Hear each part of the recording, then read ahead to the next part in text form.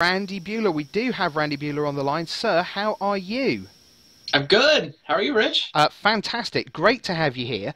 I'm just going to do a little bit of visual adjustment to your screen here, so we get a little more of you and a little less empty screen, because things have just shifted about a little bit. So there we go. And there's Randy Buehler in the house, ladies and gentlemen, boys and girls. And as you should be able to see on your screen, Randy's from the United States of America. I'm sure plenty of other places would like to claim him, but oh no. Where were you born, Randy? Where's home originally? Maryland. Maryland, okay. Yeah, my mom's from DC. My dad's from Baltimore. So then, Magic Hall of Fame in 2007, the best win percentage in Pro Tour history. Outstanding. Now you see, Yeah, I didn't even know that. Paul Jordan tweeted that. Right. Tweeted that at me a couple of months ago. It was kind of cool to hear, for sure. Yeah, Only like 100 and some matches. I mean, not the biggest sample size, but it's 100 and something matches. I'm happy with it. Yeah, fantastic stuff. 7 Grand Prix top 8s. Now that's a big number anyway, for those of you who don't know. But of course, over time, there are people who've sort of gone into double figures, and like 3 or 4 people who've gone into the 20s, you likes of Shuhei Nakamura. What you're missing from that line on the resume is that, Randy, you basically only played GPs for what, 2-3 years, like 97 to 99 pretty much?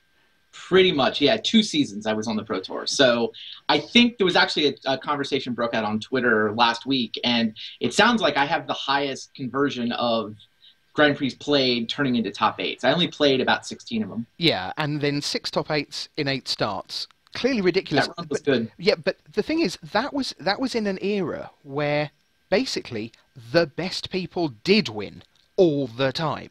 When you look at those GPs, you know, people now, when they go to a GP, if you're Martin User, you have an expectation that, I don't know, 1 in 4, 1 in 5, 1 in 6, you're going to make the top 8. And probably half of those, you're going to still be around at round 13, 14, 15 to be challenging for top 8. But when you were playing, you must have, because you travelled to Europe for Grand Prix, I know, in those 2 seasons. Yeah, I was one of the first Americans that did travel to Europe, and I did that fairly regularly. Right. And didn't you honestly feel that you were travelling, or I don't think you can quite expect the top 8, but it must have been quite close to that sometimes. I mean, that was plan A for sure. I mean, the money didn't make sense if you didn't make the top 8. I mean, there were no appearance fees. There was no players club at the time. I mean, the first time I went to Europe, it's because I was chasing Player of the Year. Right. And, you know, I won Pro Tour Chicago, and it came down to basically me and Finkel sort of racing around the world trying to collect up all the pro points to see who was going to get to be Player of the Year. And yeah, as I was going, I was having enough success. I mean, part of it was that the Grand Prix were smaller back then. Not all of them. Some of the Spanish Grand Prix would get, you know, close to 2,000 players. But, you know, the average Grand Prix was down in the, like, you know, 400 or 500-ish players. Right. I also felt like you could just get a bigger edge at that point from a deck building point of view. I mean, the good players were just more better than the average Grand Prix players. I mean, I think Magic Online is what really changed that. You know, it became just so much easier for so many more players to get access to the reps they needed to get good and, you know, become more difficult opponents for the top pros. All right. Well, plenty more to talk about, but we are going to get into Desert Island decks, and in the first part, we're going to talk about 4 decks that Randy has played at some point in his career. So why don't we get to Desert Island decks?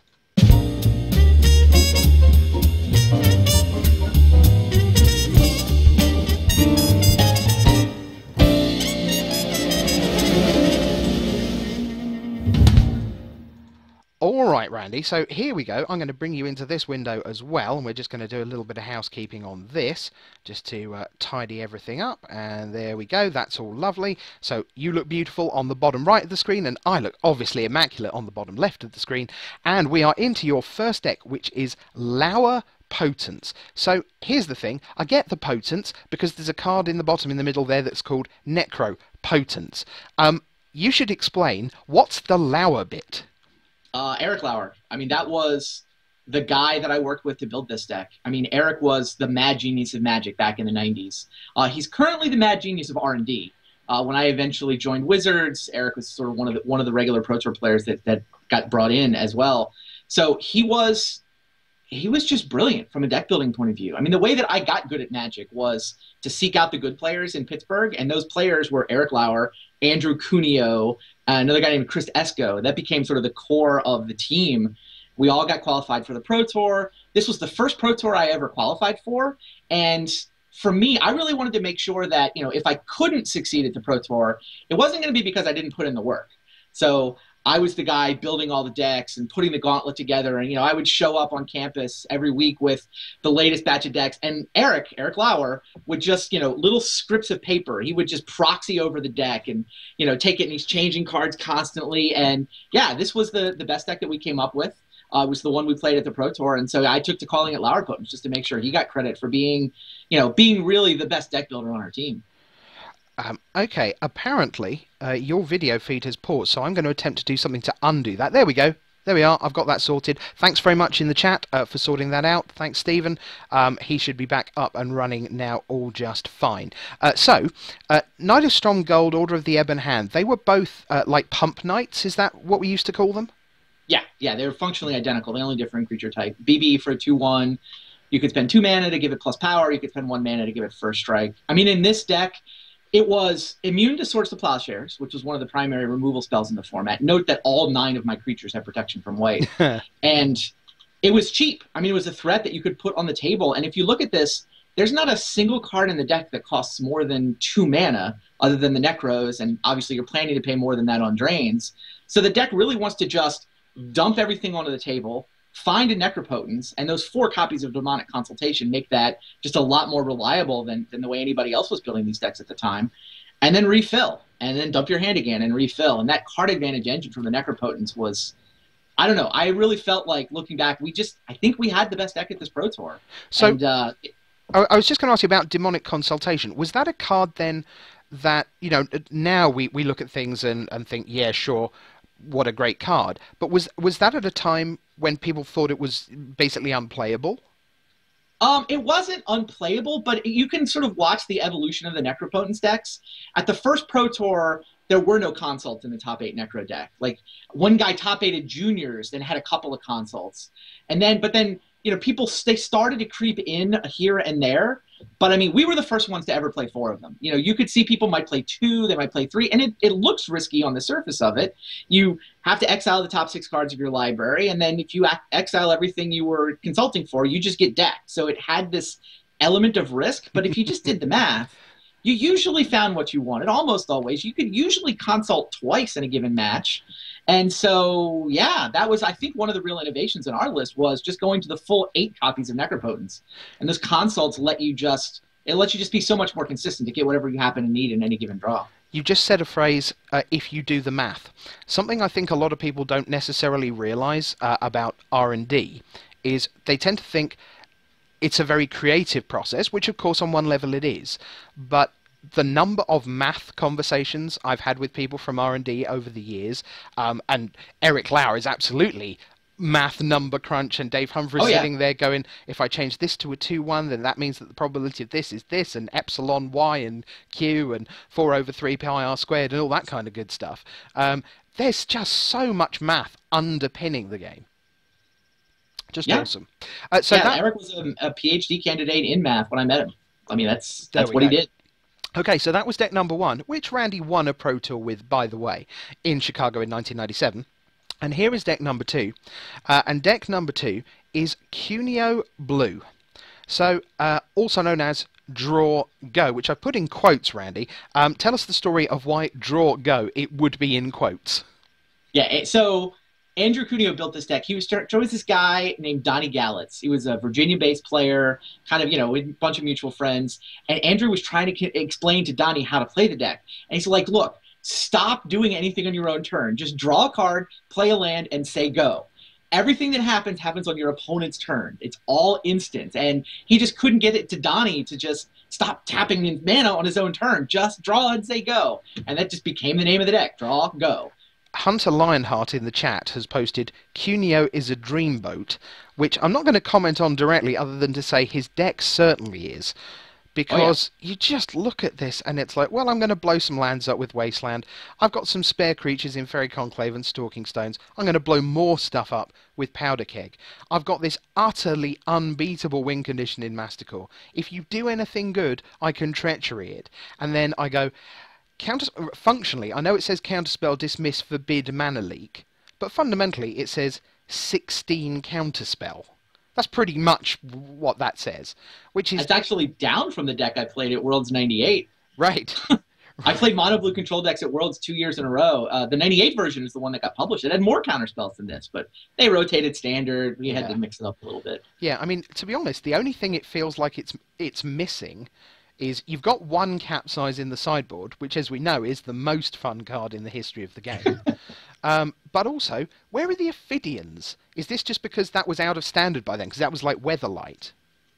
No, I mean, Forbidian was a deck that you could play. I think Forbidian may have rotated out, but I mean, it was definitely legal at Worlds '98, and I just didn't want to play mana on my turn. I think that the Whispers of the Muse engine to just mass counters was a better way to set the deck up. Yeah, my favourite art altar of all time is a random Magic player in the UK who used to go around with his Whispers of the Muse, and he had just written on them over the artwork, "Blue player, do you have a counterspell?" Which I thought was great. So that is Cuneo Blue, the ultimate in saying no repeatedly. Just genius.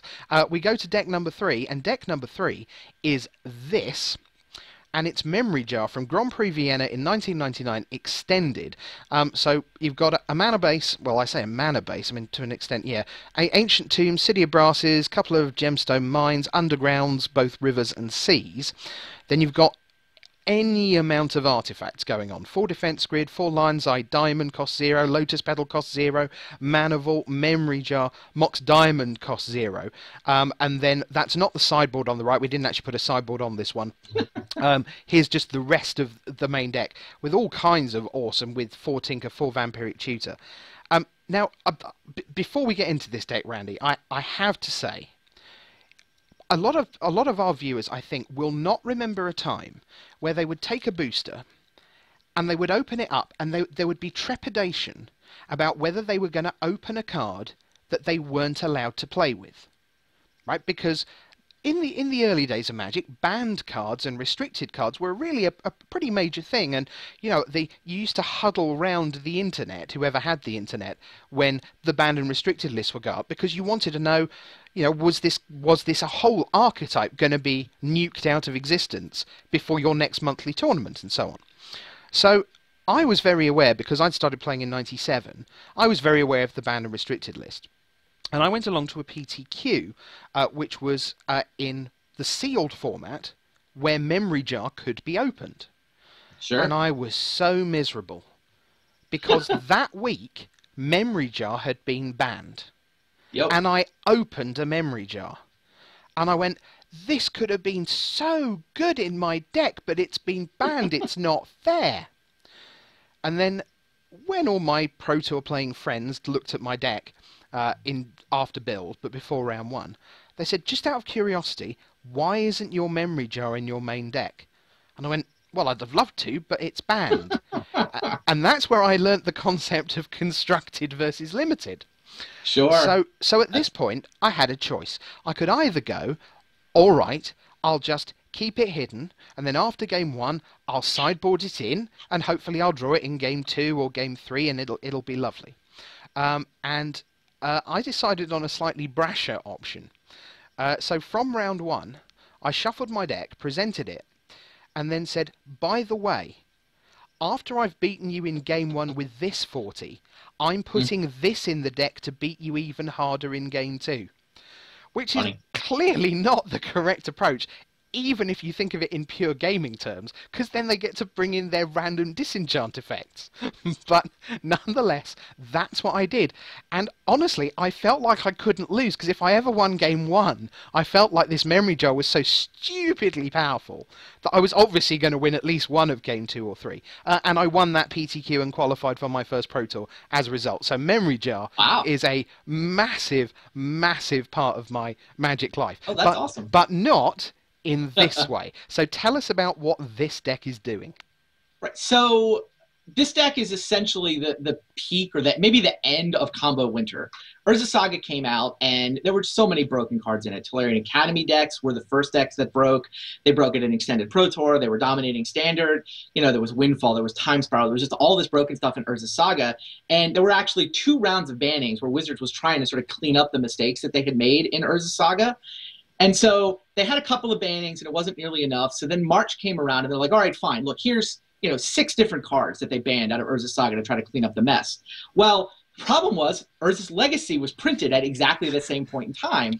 And so we get the Urza's Legacy list and we're like, what on earth? And so this deck we put together, it was a lot of me, Brian Schneider was involved in putting this together, another guy that sort of followed me to R&D eventually.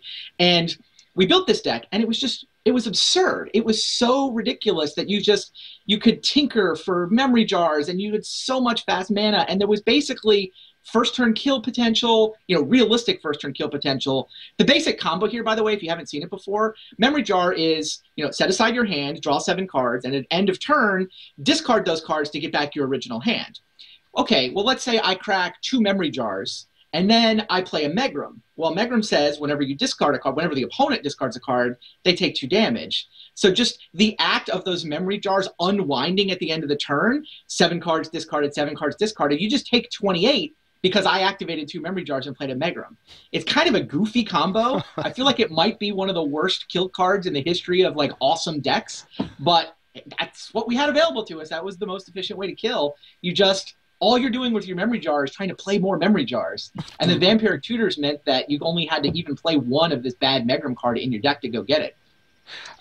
I think Go on. I was just going to say, I think one of the interesting things about this deck, though, is although, yes, it's absurd, it's one of those decks that is absurd without kind of abusing corners of the rules. Right? You have these stories of, end of turn steps where there is a point where cards are on their edge, like Magmus something or other, whatever Sure. that was, right? And you're like, that's not Magic. But this, when you see it, that sounds very clean. It's like, you're going to discard a lot. Do what they say they do. Right, exactly. There's no misdirection in this at all. It's just absolutely what it says on the tin. It's great.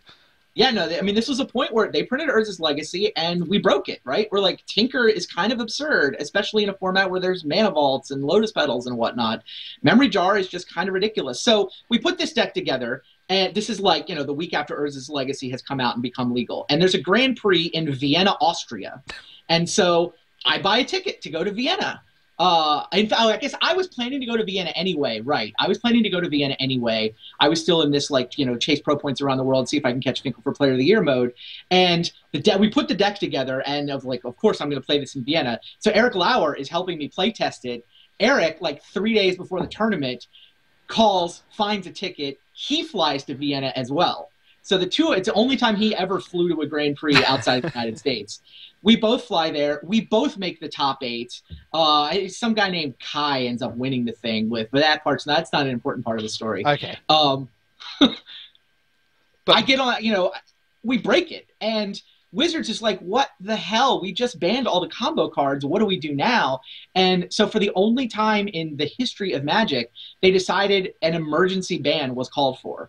And we say emergency ban. What they actually did is they retroactively added Memory Jar to the BNR list that had been announced but had not yet kicked in. Right. There used to be this, they would announce at the beginning of the month that as of the end of the month, this new list would kick in. So they retroactively added Memory Jar to that list.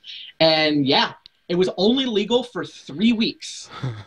But that was long enough for us to break it, fly to a Grand Prix, 2 for 2 into the top 8, first turn kill enough people that's all anybody was talking about coming out of the Grand Prix. And shortly later, Wizards of the Coast offers me a job to come in and start trying to break the cards before they get published rather than after. So I think we can say that this is one of the great decks of all time, certainly one of the great combo decks of all time. Indeed, we might even put it in something that, I don't know, we might call, let's say, a gauntlet of greatness. Ah, sure. Tell us about that, Randy.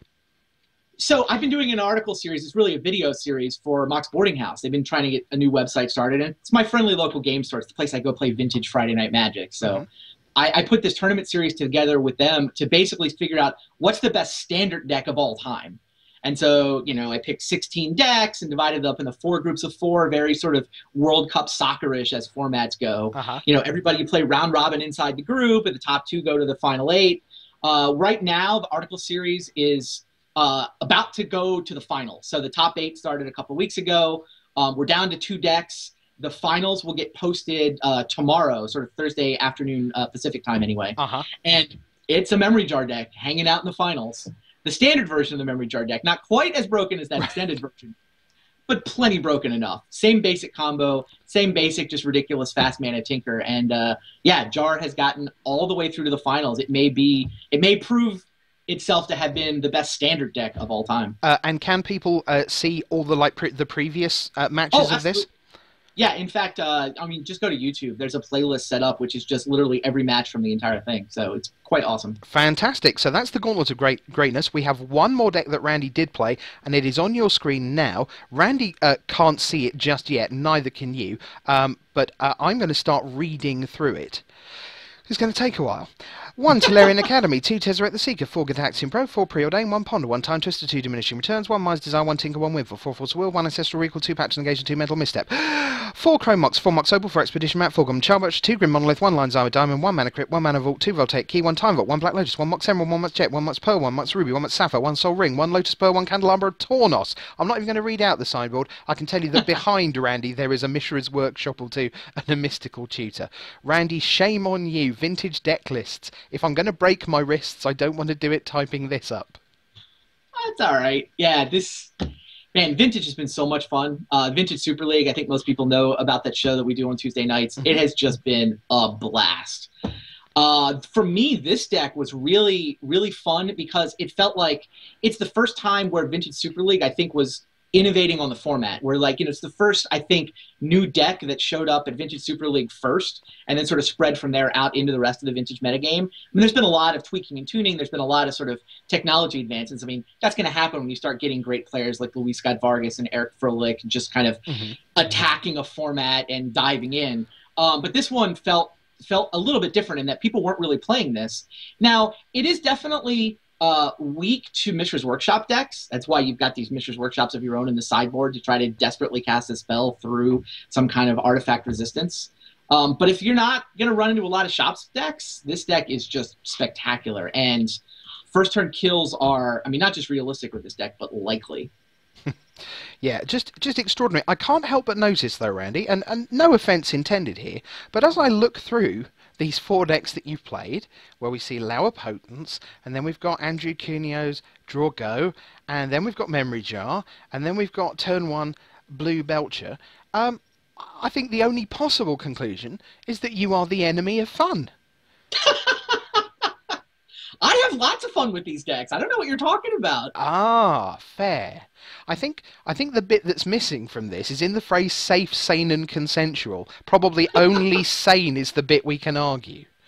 I mean, this is not safe and it is not consensual in any way.